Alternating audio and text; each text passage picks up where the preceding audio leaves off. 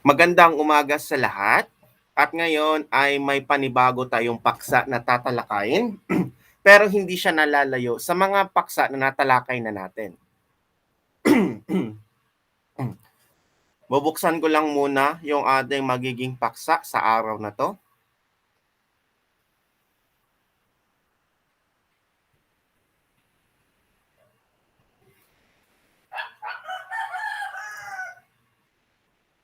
So ang paksa natin ngayong umaga ay nauukol sa kakayahang pragmatic.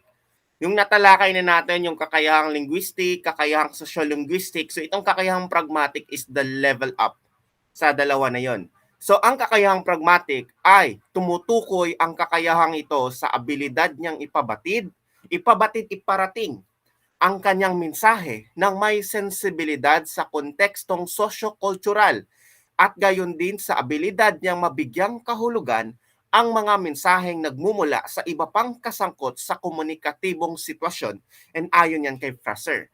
Ngayon, pag sinabi nating ipabatid ang kanyang mensahe ng may sensibilidad sa kontekstong sosyo-kultural, ibig sabihin, lahat ng kanyang sinasabi, alam niya, mayroon siyang awareness na hindi ito makakasakit sa kanyang kapwa at ito ay may paggalang na pagsasalita.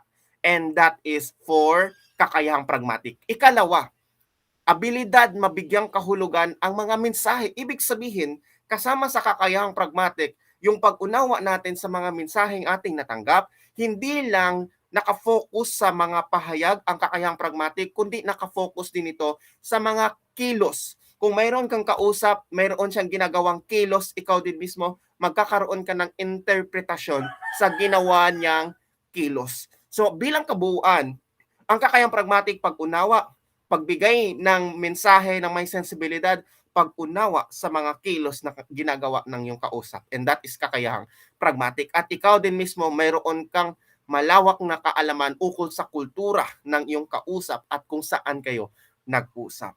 Ngayon, tatalakayin natin ngayon ang mga paksa na matatalakay natin ngayong umaga. Una, ang speech act theory. Pag sinabi nating theory, ito yung mga prinsipyo, mga paniniwala sa isang bagay. Hindi verbal na komunikasyon, mayroon tayong dalawang uri ng komunikasyon, verbal communication and non-verbal communication. Pag sinabi nating hindi verbal, ito yung mga kilos. Okay? Walang mga salita na binibigay, mga kilos lang. Sa kakayahang pragmatic, kailangan mong maunawaan ang bawat kilos ng isang tao.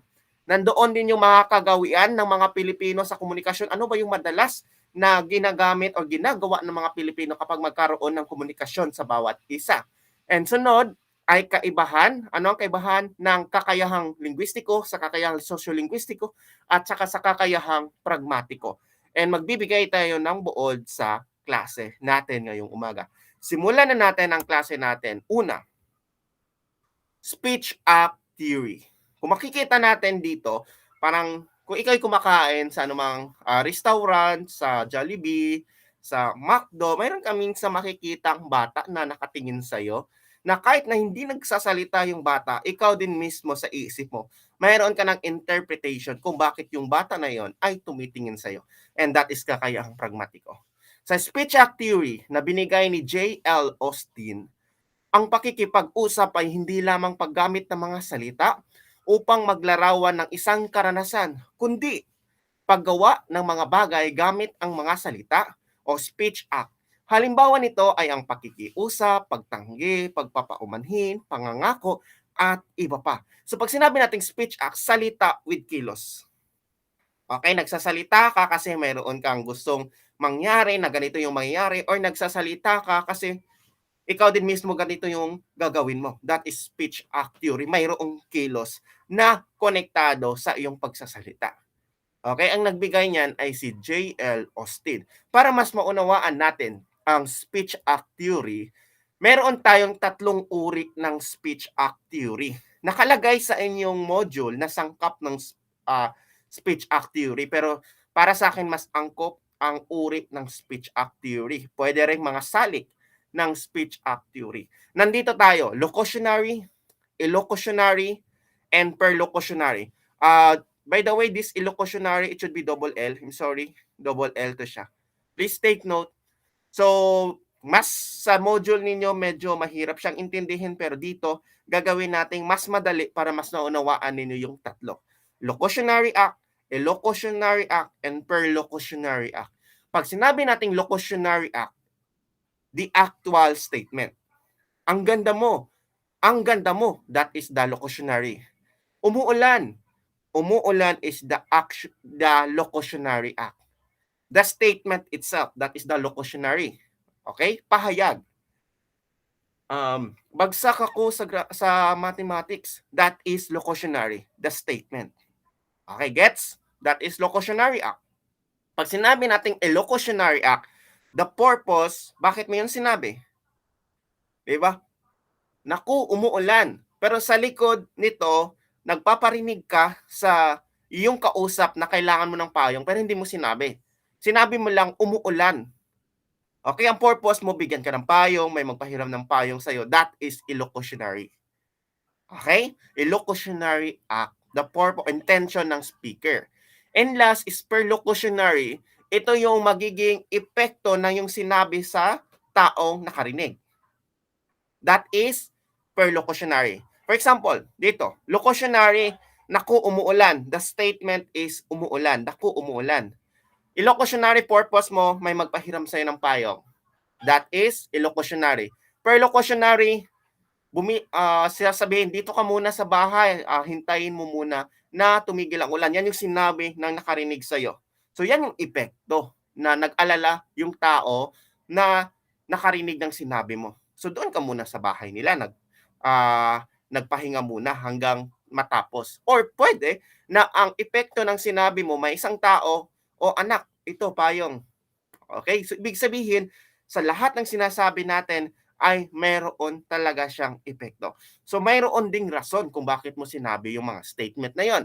At dito pa lang sa locutionary, kung kausap mo ay in check, kausap mo Koreano, magkakaroon na ng problema sa locutionary. Kasi dapat ang statement clear, na iintindihan mo para makuha yung intention ng speaker. Kasi kung hindi mo maiintindihan pag sinabing favorite, di ba? Favorite. Sinabihan ka ng isang tao na taga Russian na favorite. Ano 'yun? Ang ibig sabihin nun is hi. Di ba? Or sinabihan ka ng Russian ng I love you, which is ano nga yun? Wait lang. Yellow love you plus. Yellow love you plus. So, ibig sabihin, ano yun? So, dito sa intention ng speaker, hindi niya makuha yung epekto na gusto niyang mangyari sa'yo. Kasi hindi mo maintindihan, sa locutionary parang hindi maintindihan. Nakuha natin. Pero pag meron kang kausap na isang Japanese at ikaw rin nakapag-aral ng Japanese, sinabi ng Japanese, Ohayo gozaimasu. Tapos, that is the statement, Ohayo gozaimasu. Ngayon, ikaw ay nakapag-aral ka, alam mo kung ano yung ibig sabihin ng Ohayo gozaimasu. Ibig sabihin nun, good morning. So, sa perlocutionary ay sumagot ka rin ng Ohayo sa kanya. So, that is perlocutionary. Nakuha natin. So, bigay tayo ng mga sample for the speech act theory, mga uri ng speech act theory. For example, this statement, Shinota mo ako eh. Shinota mo ang best friend mo. Okay. Pag sinabi mo yung mga pahayag, dapat with emotion yan para mas maramdaman, para mas makuha yung gusto mong epekto kapag ikaw ay nagsasabi ng statement or nagsasabi ka ng locutionary act. The locutionary act is the statement itself. Kung mas malinaw mong sinabi yung statement, mas madali niyang maunawaan. Okay? Shinota mo ako eh. Shinota mo ang best friend mo. Okay? That is the locutionary. The elocutionary is gusto niyang ipa-feel sa kanyang kausap na mali yung ginawa niya, gusto mong iparamdam sa kanya na nasaktan ka sa kanyang ginawa. Okay? And of course, the perlocutionary, pwede yung nakikinig iiyak, pwede yung nakikinig magagalit, or pwedeng aalis yung nakikinig. Okay? And yun yung epekto sa sinabi niya. That is the perlocutionary. Now, second, for example lang, sa locutionary magkamali. For example, pag-pronounce ng salita magkamali, posible na yung epekto na gusto mo ay hindi mo makuha kasi nagkamali ka sa locutionary act. For example, this one. Sinabi niya, parang galit siya. I was willing to wait. Kaya lang, napagod ako at napagod ang puso ko na maghintay, magtanong at magalit. Di ba? galit na siya yung expression niya, pero yung pagsabi niya, I was willing to wait. Kaya lang napagod ang puso ko, napagod maghintay, magtanong at magalit. So, kung gano'n ka magsalita, yung intention mo na gustong mangyari or yung perlocutionary na epekto, posibleng hindi makuha kasi puwedeng pagtawanan ka or posibleng, hindi niya seryosohin kasi nagkamali ka. Okay? So, iba talaga kapag clear masyado yung locutionary. I was willing to wait. Kaya lang napagod ang puso ko na maghintay, magtanong, maggalit. So, iba yung epekto niya. Okay? Nakuha natin ang locutionary. Ilocutionary yung purpose niya na gusto niya iparamdam na yung kanyang pagsisisi, yung galit niya sa isang tao. Okay? Ang perlocutionary, iiyak yung kanyang kausap. Hihingi ng sorry yung kanyang kausap. Okay, now, another sample ito. Kasi ang totoo, umaasa pa rin. Kasi ang totoo, umaasa pa rin akong sabihin mo, sana ako pa rin. Ako na lang ulit. Char, di ba? So, that is the locutionary act. Locutionary act, iparamdam na gusto, yung intention na mahalin pa siya ulit. Intention na iparamdam yung kanyang nararamdaman sa kanyang kausap. Then, ang epekto nito sa kanyang kausap, mag-reject or pwedeng i-accept siya ulit. And that is the perlocutionary, the effect. Okay, now, pili lang kayo dito ng isasagot ninyo. By the way, pagkatapos ng klase natin, is i-chat ninyo yung nabuo ninyong sagot. Okay, yung kung ilan yung katanungan dito, i-combine nyo lahat yung sagot. Naintindihan? Huwag nyo kalimutan na after ng klase natin, i-chat ninyo sa chat box ano yung nabuo ninyong sagot. Okay, pili kayo dito ng letra kung ano yung sagot. X for locutionary, P for illocutionary, C for perlocutionary. Uulitin ko, X for locutionary, P for illocutionary, and C for perlocutionary. Okay. For example, this is the statement. Anak, pakikuha ng aking bag. That is the statement. Anak, pakikuha ng aking bag. Ngayon, ang bata, kinuha ang bag at ibinigay sa mama. Ngayon, ang tanong ko, yung kilos ng bata na pagkuha sa bag, ay ano yan siya? Is it X for locutionary, P for illocutionary, C for perlocutionary? Yung mama, nagkaroon siya ng statement, anak, pakikuha ng aking bag. Ngayon, yung bata, kinuha yung bag at binigay sa kanyang mama. Yung pagkuha ng bata ng bag, ano yun siya? X, P, or C? Okay, 10 seconds. 1, 2, 3, 4, 5, 6, 7, 8, 9, 10. Okay, wag mo nang mag-chat. Idugtong lang muna ninyo yung mga sagot ninyo. Okay, next natin. Ang next klase natin is ang mga komunikasyong di-verbal. Ang di-verbal na komunikasyon na kung saan hindi ito gumagamit ng mga salita or titik. Sa komunikasyon, ito yung dialogo sa pagitan ng dalawa or mahigit mga tao na nagpapalitan ng mensahe. That is communication. Pwedeng personal, pwedeng gamit ng gadget, cellphone, laptop, messenger. That is communication. Sa communication, mayroon tayong dalawang uri, verbal and di-verbal. Verbal, gumagamit ng mga salita. Di-verbal, gumagamit lamang ng mga kilos at mga bagay na nagpapahiwatig ng mensahe. And that is di-verbal. Sa pagpapakahulugan natin sa isang bagay, mayroon tayong dalawang pagpapakahulugan. Meron tayong denotatibong pagpapakahulugan at meron tayong konotatibong pagpapakahulugan. Pag sinabi nating denotatibo, ang kahulugan ay nasa diksyonaryo. Diba? Makikita sa diksyonaryo ang kahulugan. Pag sinabi nating konotatibo, ay nasa sarili natin, yung pagkaunawa doon sa kahulugan na yun. Ang dami namang buhaya rito. Buhaya, ito ay isang uri ng hayop na nakatira sa tubig at pwede sa lupa. That is for denotatibo. Pag sinabi natin konotatibo, ang mga buhaya ay tumutukoy sa mga tao na nagnanakaw ng pera ng bayan. And that is konotatibo. Okay? So therefore, pwede nating bigyan ng interpretasyon yung mga salita na naririnig natin. At kung may kakayahan kang pragmatiko, alam mo kung ano ang diferensya ng dalawa. Kung yung isang tao ay nagsasalita, tumutukoy ba ito na literal or tumutukoy siya na mas malalim na kahulugan yung kanyang sinasabi. So ngayon, Ating tatalakayin ang mga uri ng di-verbal na komunikasyon. Okay, marami tayong mga uri ng di-verbal na komunikasyon. Unahin natin ito, kinesics. Okay? Meron din tayong pictics, oculesics, proxemics, chronemics, haptics, colorics, objectics, olfactorics, iconics, katahimikan, kapaligiran, paralanguage.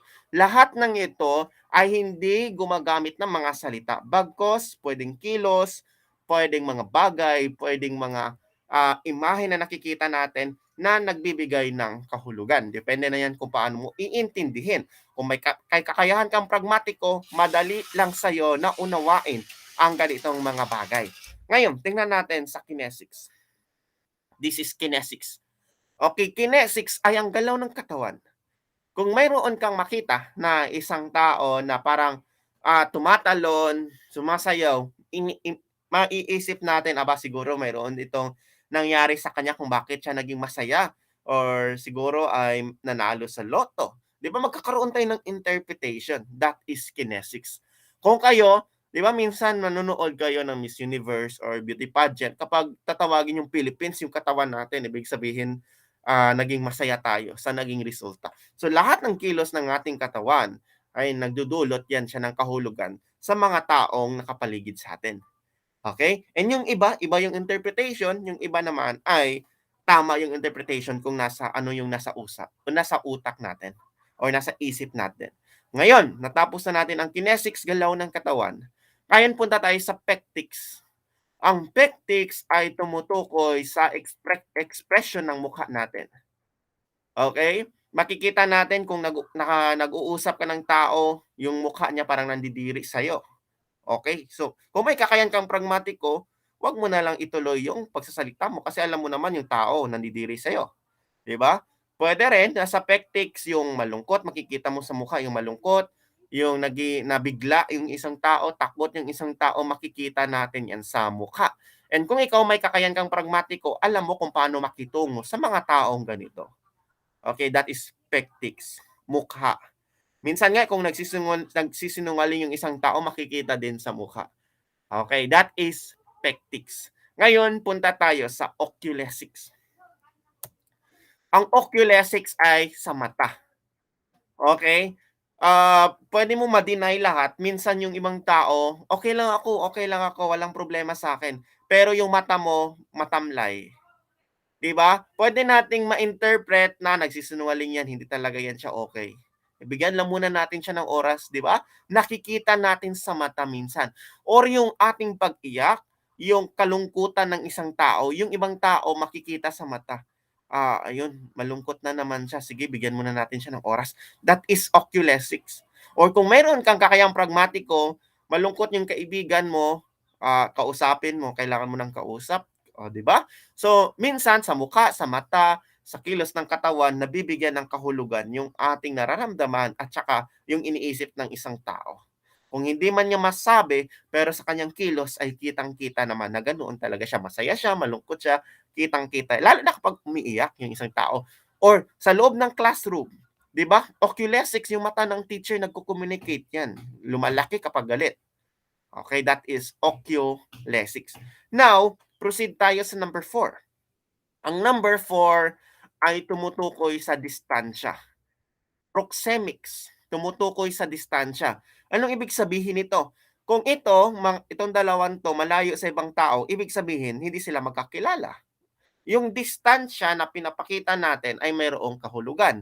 Kung silang dalawa ay nandito, tingnan ninyo kung ilang metro lang sila, ibig sabihin masasabi natin na sila ay magkakilala, magkaibigan. 'Di ba? Kung mapapansin natin kung may makita kayo sa park na magkatabi, magkayakap, masasabi natin na meron silang relasyon, 'di ba? That is the power or the interpretation of distance. Sa bahay, 'di ba? Nandoon yung distansya with your kapatid, alam mo kung paano magdistansya. Pero kapag mag-away kayo, parang mayroon talaga signal na, uy, nandito siya, lalayo ka. So, ibig sabihin yung mga distansya nakikita natin sa ating paligid ay may kahulugan. Puwedeng competition, puwedeng magkarelasyon kayong dalawa, puwedeng magkaibigan kayo, yan yung proxemics, tumutukoy sa distansya. Okay, now proceed tayo sa number 5, chronemics. Okay, sa chronemics ay tumutukoy sa oras. Okay? Kung ikaw ay tumitingin sa relo mo, tumitingin ka sa cellphone, anong oras, mayroon yang ibig sabihin. Kung ikaw ay first interview mo na late ka, anong iisipin ng employer? Ang taong ito ay walang disiplina sa sarili, hindi ko 'to kukunin. O, 'di ba? So, yung oras ay nagbibigay din siya ng kahulugan sa isang kilos, 'di ba? Tumitingin ka, bakit itong teacher tumitingin palagi sa kanyang orasan? Okay, siguro malapit na matapos yung klase kaya tumitingin siya, nagche-check na lang kung ilang minuto na lang. That is chronemics. Okay? Pagtilaok ng manok, oh my God, morning na, 3:00 na, 4:00 na. So, mayroong meaning, 'di ba? Minsan gano'n kapag gumigising ka, tumitilaok na yung manok, umaga na. That is chronemics. Tumutukoy siya sa panahon or oras. Or nag-line kayo, tapos yung isa parang bagot tumitingin na sa oras, ibig sabihin, nagmamadali siguro 'tong tao na 'to. Okay, so mayroong, pinapakitang kahulugan ng bawat kilos, bawat bagay na nakikita natin sa ating kausap. Okay, that is chronemics. Now proceed tayo sa haptics. Ang haptics ay tumutukoy sa touch, 'di ba? Yung paghawak ng kamay, paghawak dito, paghawak sa ulo, paghawak dito, ay mayroon siyang iba't ibang kahulugan. Kung yung isang tao, hinawakan yung dalawang kamay mo, puwedeng suporta, 'di ba? Na ikaw ay grabe na sa problema sa buhay, haptics 'yan, hinawakan ka. O yung haplos ng mga mama natin sa atin, 'di ba, sa ulo, puwedeng dito sa baywang, ang laking dito sa baywang, dito sa ating shoulder. So, mayroon siyang kahulugan kung bakit niyan ginawa. Yung pag-holding hands ng dalawang tao, so masasabi natin na may relasyon ang dalawang tao sa pamamagitan ng haplos. May problema ka, dinamayan ka, okay lang 'yan, okay? Yung pagtapik, so that is haptics. Meron ding haplos na bastos, 'di ba, yung hipo. Sabi natin na walang hiya itong taong ito, bakit ako hinipo? Okay, so masasabi natin na siya ay manyakis. Okay, that is haptics. Now punta tayo sa colorics, napakadali. Colorics tumutukoy sa kulay. 'Di ba, yung bawat kulay minsan binibigyan natin ng kahulugan. Yung flag natin mayroong mga kahulugan, 'di ba? Yung blue ibig sabihin yung bansa natin kapag nasa taas yung blue, mapayapa yung bansa natin. Kapag itong red pumunta sa taas, ibig sabihin nasa giyera yung ating bayan. So yan yung parang kumbaga kahulugan. Kapag sabihin nating yellow ngayon, parang dilawan na. 'Di ba? Dilawan na sila, Bam Aquino, sila Kiko Pangilinan, yan yung ano natin sa bansa natin ngayon. And kung violet naman, pwede nating masasabi na mga maharlika, mga mayayaman. So may iba't ibang kulay na mayroong kahulugan. Yung paglalaban, tapos 'pag tinataas mo yung puting tela, ibig sabihin pagsuko, surrender, 'di ba? So mayroon talagang iba't ibang interpretation bawat kulay. Pwede nga itong red, pwede nating sabihin na dugo, 'di ba, giyera. Tapos itong blue naman is kapayapaan. Green naman kalikasan, 'di ba? So mayroon tayong mga iba't ibang interpretasyon sa kulay. Now, for number 8 is objectics. From the word object, that is bagay. Okay, kung ano yung mga nakikita nating bagay na binibigay sa isang tao, ano yung may para makaka-interpret tayo, ano yung purpose kung bakit niya yun binigay or bakit niya pinakita ang bagay na 'to. That is objectics. Ito, binigyan ka ng bulaklak.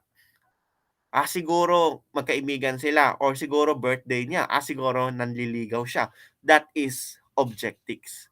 Kung mayroon kang makitang isang tao na nagpalabas ng baril, okay, ibig sabihin mo, masasabi mo, siguro prinoprotektahan yung sarili niya. Siguro takot yung isang tao at gusto niya na takutin yung kanyang kausap. That is objectics.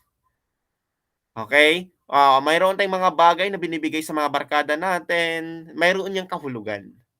Okay, that is objectics. Next, olfactorics. Pag sinabi nating olfactorics, tumutukoy ito sa amoy. Okay, ito, makikita natin dito na habang nagda-drive siya, makikita natin na tinatabunan niya yung ilong. Ibig sabihin, mabaho yung lugar or walang disiplina yung mga tao sa lugar, yan, mga gano'n. Ano bang klaseng mga tao mayroon dito? 'Di ba? Walang disiplina. Okay, that is olfactories. Tumutukoy sa amoy or masasabi natin makaka-interpret tayo kung bakit ang mga babae or mga lalaki nagpapabango, 'di ba? "Uy, meron ka bang nililigawan ngayon? Uy, may date kayo ngayon kasi nagpapabango ka?" Okay, that is olfactories. Tumutukoy sa amoy. Okay, next number 10 is iconics. Tumutukoy sa mga imahe or mga icon na nakikita natin. Mga sign sa kalsada, 'di ba? Ang dami, no parking, that is iconics, 'di ba? Kung ikaw mayroon kang kaalaman sa mga signs na 'yon, of course kailangan 'yan sa kakayahang pragmatiko. Okay, katulad nito, kung may kakayahan kang pragmatiko, alam mo kung anong ibig sabihin nito. Okay, iinumin mo ba or hindi? Of course hindi, kasi ito ay lason, 'di ba? So, or puwede yung high voltage na kung saan parang kidlat yung kanyang icon, that is iconics. Okay, next, katahimikan. Okay, katulad ng walang imik.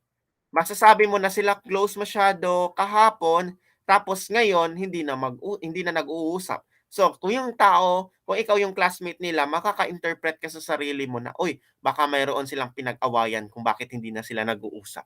That is katahimikan.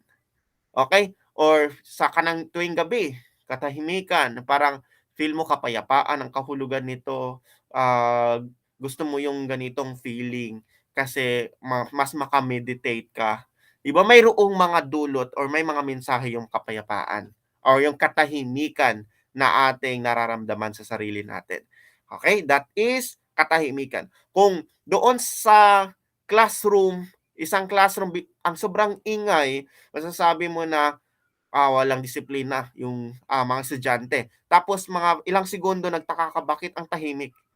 Iisipin mo baka dumating na yung teacher. O 'di ba, yan yung interpretasyon natin sa katahimikan. Next, for kapaligiran. 'Di ba, kung pupunta ka ng isang bahay, pupunta ka sa isang lugar, nakita mo sobrang linis, iisipin mo may disiplina yung tao o yung nakatira dito sa bahay ay sobrang responsable masyado.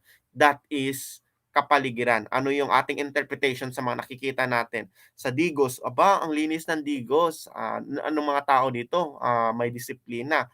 Pupunta ka ng ibang lugar, "Ang daming basura naman dito." Ayaw ko makipagkaibigan sa mga tao dito kasi ganito sila, 'di ba? That is kapaligiran. And of course, last natin is para language. 'Pag sabihin nating para language, parang i-connect natin siya sa mga salita kasi ito yung tumutono sa tono, sa kalidad ng boses, sa bilis mong pagsasalita, sa volume or lakas or baba ng iyong boses. So kung ikaw ay galit, depende yan sa pagsasalita mo. Kung ikaw ay nagmamadali, 'di ba, minsan bilis yung ating, makaka-interpret tayo, "Uy, nagmamadali ka ba? Bakit ang bilis mo magsalita?" 'Di ba, that is para language. Or puwede natin sa kalidad, 'di ba, yung pagkanta, pagtula, 'yan, that is para language. "Uy, nagtutula ka ba?" Okay. Or sa tono, parang pagalit ba siya? Siya ba ay pakuwento na nagsasalita? That is para language. Okay, itong 13 na 'to ay ilan lamang sa mga uri ng di-verbal na komunikasyon. So ngayon, try natin na alamin kung ano ang sagot. Okay? This is the second question, by the way. So i-connect lang ninyo yung sagot ninyo, yung first at saka sa ngayon. Ang sagot ninyo ay nandito sa number 1. Number yung sagot ninyo ha, number. Is it 1, 2, 3, 4, 5, 6, 7, 8, 9, 10, 11, 12, 13? Isang sagot lang. Kung ano yung sagot ninyo sa first, i-connect lang ninyo sa sagot natin. Number ang isasagot ninyo dito. Anong number kaya itong pinapakita dito? Na kung saan nakita mo sa mall na sobrang close ng dalawang ito. Okay, may nakitang babae ang lalaki na sobrang close masyado, na inisip mo na siguro ang dalawang ito ay mayroong relasyon dahil sa kanilang closeness, okay? Kumbaga sa kanilang distansya. Is it kinesics, pectics, oculesics, proxemics, chronemics, haptics, colorics, objectics, olfactorics, iconics, katahimikan, kapaligiran, or paralanguage. Number only, count 10 seconds. 1, 2, 3, 4, 5, 6, 7, 8, 9, and 10. Okay, let's proceed to the next topic. Next topic natin is mga kagawian kapag ang mga Pilipino ay nagkakaroon na ng komunikasyon. Kabilang sa kakayahang pragmatiko ang pagkilala sa kagawiang pangkomunikasyon ng mga tagapagsalita ng wikang pinag-aaralan. Ibig sabihin, kung ikaw ay may kausap at yung kausap mo hindi mo alam yung kanyang pinanggalingan o kultura ng kausap mo, hindi kayo magkakaintindihan. Di ba? Kung ikaw ay alam mo kung sino yung kausap mo at ano yung kultura ang kanyang ginagalawan o sinusunod, magiging maayos ang inyong pakikipag-usap dahil ikaw mismo mayroon ka ng kaalaman sa kanya. Dahil dito, natatansya ng isang mag-aaral ang wika kung ang kanyang sasabihin ay maaaring maging lubhang tuwiran o napapalooban ng tamang pagkilala at paggalang sa kausap. So dahil alam mo yung kultura ng isang tao, ano yung mga hindi pwedeng sabihin, hindi ka makakasakit sa kanya. Di ba? O, di ba kung mag-usap yung Bisaya at saka mag-usap yung Tagalog, minsan may mga salita tayo na magkapareho pero iba yung kahulugan. Kumusta yung lagay mo? Ito, nandito pa rin sa akin. Ha? So, hindi kayo nagkaintindihan doon. So, maaaring ang pagpapahiwatig ay verbal, di-verbal, o kombinasyon nito. Kadalasang ginagawa ito bilang pagsaalang-alang sa damdamin at dangal ng isang tao. So, hindi ka makapanakit ng isang tao. Meron ka nakitang kaibigan mo na isang babae. Sinabi mo, "Uy, kumusta na yung asawa mo?" Tapos bigla siyang umiyak kasi hindi mo alam na matagal na pala silang naghiwalay at yung babae hindi pa naka-move on. Sa pagsalita mo yung gano'n, biglang bumalik sa kanyang alaala yung sakit na kanyang naramdaman noon.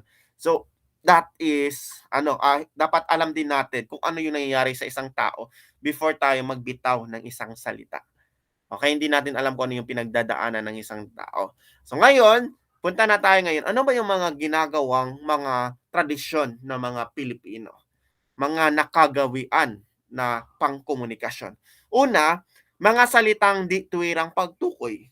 Ibig sabihin nito, kapag tayo ay nagsasalita, minsan nakatago yung kahulugan. 'Di ba? Yung nagtatalumpati. O, 'di ba yung mga presidente natin, yung ating mga senador kung nagpaparinig yan sila pero nakatago yung kahulugan. Sabi ng isang tao, "Ang dami namang mga buhaya sa ating bansa. Kailan ba natin sila mawawala dito sa Pilipinas?" So, yung paggamit ng mga buhaya, hindi talaga literal na buhaya yon. May nakatagong kahulugan. So, minsan kayo din sa inyong mga kaklase, yung face-to-face, maglibak kayo ng kaklase ninyo. Alam niyo ba si Magda, ganito yung ginawa. So, parang iniba ninyo yung kahulugan ng isang salita para hindi siya makaalam na siya pala yung tinutukoy. So, mga salitang di tuwirang pagtukoy. Now, for number 2, ang pinatatamaan ng mensahe ay hindi ang kausap. Okay, may kausap ka. "Uy, mare, ganito, bla bla bla." Pero ang gusto mo na ang pinariringgan mo is yung nakarinig. "Alam mo ba may umutang sa akin tapos hindi marunong magbayad." Okay? Naiinis talaga ako sa mga taong marunong mangutang pero hindi marunong magbayad. Ako pa yung mali na ako yung naniningil ng utang, samantalang siya ang sarap ng buhay, kumakain sa Jollibee pero hindi marunong magbayad ng utang. Tapos yung kausap mo, hindi siya yung pinariringgan mo kundi yung nakarinig sa'yo. So, isa ito sa mga tradisyon din ng mga Pilipino na nagpaparinig. Kung ikaw ay may kakayahang pragmatiko, alam mo na ikaw yung pinariringgan, paano ka mag-react kung ikaw yung pinariringgan. Okay? Now, number 3, kumukuha ng atensyon gamit ang pandama. Ginagamit yung emosyon. 'Di ba kung yung mama natin minsan kung galit na, dumadabog, minsan mayroong nababasag. Okay? That is number 3. Yung parang hindi na kaya sa emosyon kaya pinapakita na lang sa isang kilos or pwede sa pagsasalita ng mga, maaanghang ng mga salita. That is number 3. 'Di ba? Kung hindi na talaga natin kaya yung iba nga, yung mag-asawa kung hindi na sagutan ng mag-asawa yung isa, hindi na kayang sagutan yung isa, dinadaan na sa physical. Okay, that is number 3. Sa classroom, yung presidente. Okay, class, meeting tayo para sa Christmas party tapos walang nakikinig. Yung presidente nag-boom sa mesa. Ano ba kayo, bakit pa ako naging presidente kung hindi naman kayo makikinig? Kayo na lang dito sa harap, alam niyo ba na sobrang ingay ninyo, hindi biro na maging presidente. Alam niyo lang, tapos walk out. Okay, that is number 3, kumukuha ng attention gamit ang emosyon natin. Okay, now for number 4, mga salitang nagtataglay ng kahulugan na ang dating sa nakaririnig ay napapatamaan sila. So ito ay parang kabaliktaran ng number 1. Sa number 1, nakatago ang kahulugan. Pero sa number 4, literal talaga na sila yung na dapat marinig. For example, may kausap ka, kumbaga sa kanya mo talaga sinasabi, or sa maraming tao, sila talaga yung tinutukoy mo. 'Di ba? Kung pwede tayo magpunta sa graduation speech na tayong lahat dito, hindi lang ito ang hangganan ng ating paglalakbay, ito ang simula. So ngayon, paano natin huhubugin yung sarili natin? Kailangan pa nating lawakan ang ating kaalaman. So yung pagsasalita ngayon, literal na tayong lahat yung pinariringgan. Okay? So that is number 4. Okay. So ngayon, bilang pagtalakay sa kaibahan ng tatlo, at least alam siguro natin, pag sinabi natin kakayang linguistic, more on grammar, mga salita lang, tamang paggamit ng mga salita. Pag sa kakayahang social linguistic, alam mo kung sino yung kausap mo, ano yung gagamitin mong mga salita, depende sa sitwasyon, depende sa lugar, at kung sino yung kausap mo. That is kakayahang social linguistic. Pag sinabi natin kakayahang pragmatiko, alam mo kung sino yung kausap mo, at the same time, marunong kang umunawa ng kanyang ipinahiwatig or binigay na mensahe sa'yo, marunong kang mag-interpret, hindi lang sa salita, pati sa kanyang kilos. So yun yung parang kaibahan ng tatlo. Parang level up talaga, no? Lume-level up yung tatlo. Then, bilang buod sa ano natin na yon, ay ang kakayahang pragmatiko is napakahalagang malaman yung kultura ng isang lugar o kultura ng isang tao, na malaman mo upang maging maayos ang inyong dialogo na walang nasasaktan na damdamin. At higit sa lahat, ito ay pag-unawa natin sa mga di-verbal na mga komunikasyon, hindi lang sa kanyang mga salita, kundi sa kanyang kilos na pinapakita. And sana ay marami kayong natutunan sa araw na to.